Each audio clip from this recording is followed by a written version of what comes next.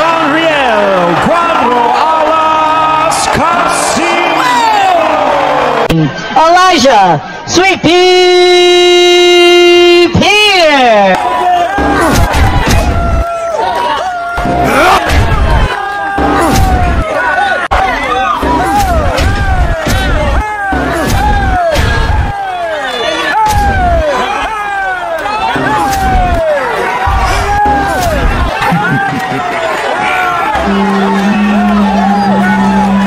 Lagi niyong sundan, huwag magpapahuli. Pag-usapan ay bakbakan. Dahil sa pagkatalo ng ating mga mandirigmang boksingero sa labas ng bansa, meron pa rin tayong matatapang na boksingero na hindi matinag, palaban, matapang, at walang takot kahit saang lugar, isa lang. Recuperación por parte de Santos. Aquí el Filipino comienza con ganchos abajo, hombro a la cara. Isa na dito ang 3-division world champion na si John Riel Cuadro Alas Casimero. 7 taon nang walang talo at 12 beses nang lumaban sa ibang bansa. At sa huli niyang laban sa Japan, pinatulog niya ang Mexican knockout artist na si Saul Sanchez sa harap mismo ni Naoya Monster Inoue.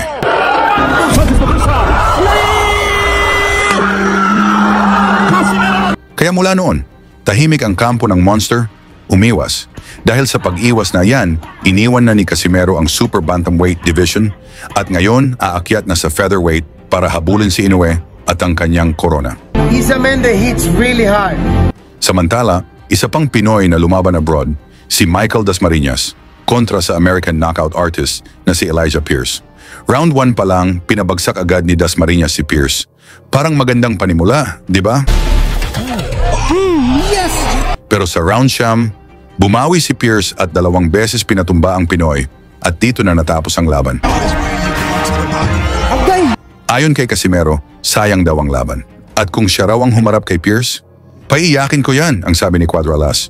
Para mas maintindihan kung gaano kalakas si Casimero, balikan natin ang isa sa pinakamatinding laban niya.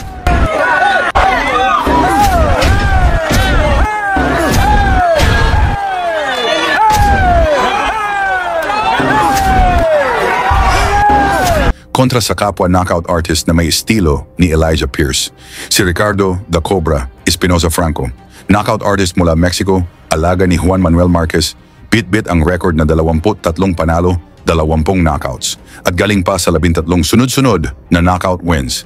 Ginanap ang laban sa Dignity Health Sports Park sa Carson, California at paborito ng fans si Franco. Pero sa simula pa lang ng laban, bang! Giyera agad! Walang atrasan, parehong gustong tapusin ang laban.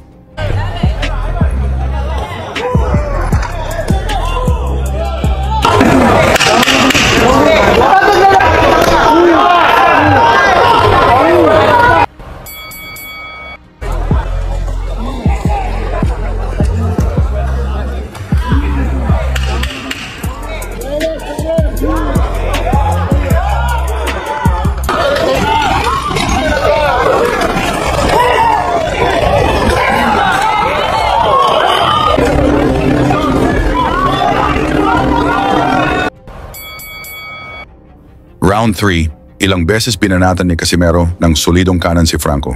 Pero matibay ang Cobra, lalong naging agresibo.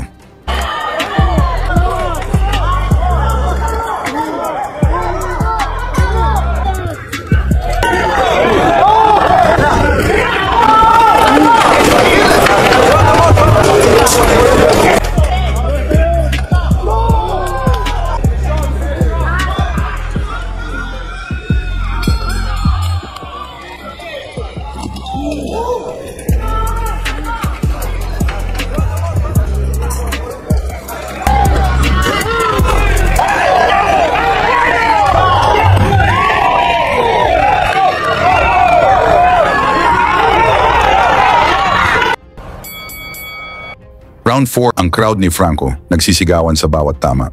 Pero si Casimero, kalma lang, nag-aabang ng perfect timing.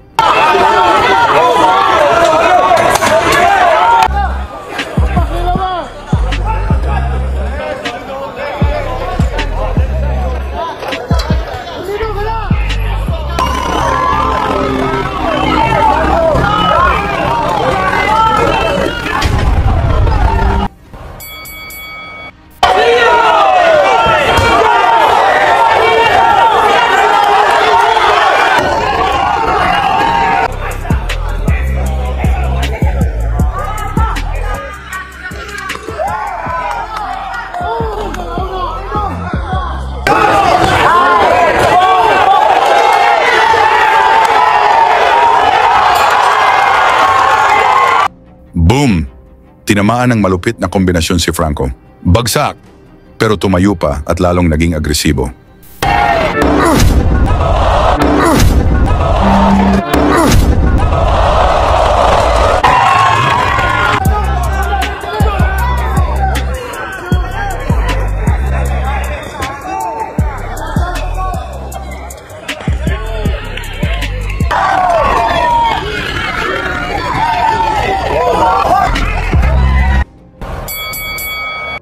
Round 8, binumbahan ulit ng suntok ni Casimero. Pero gumaganti pa rin si Franco.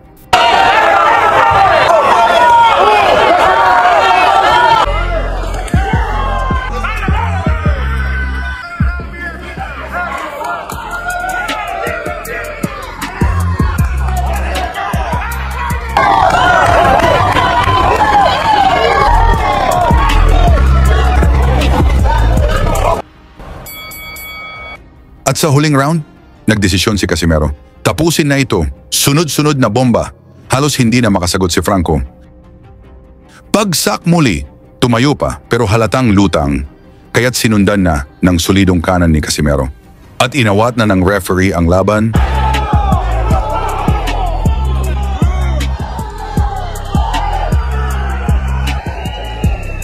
Panalo si Casimero via technical knockout. At ang dating kinatatakutang Cobra ng Mexico, ginawang bulate ng halimaw ng Pinas.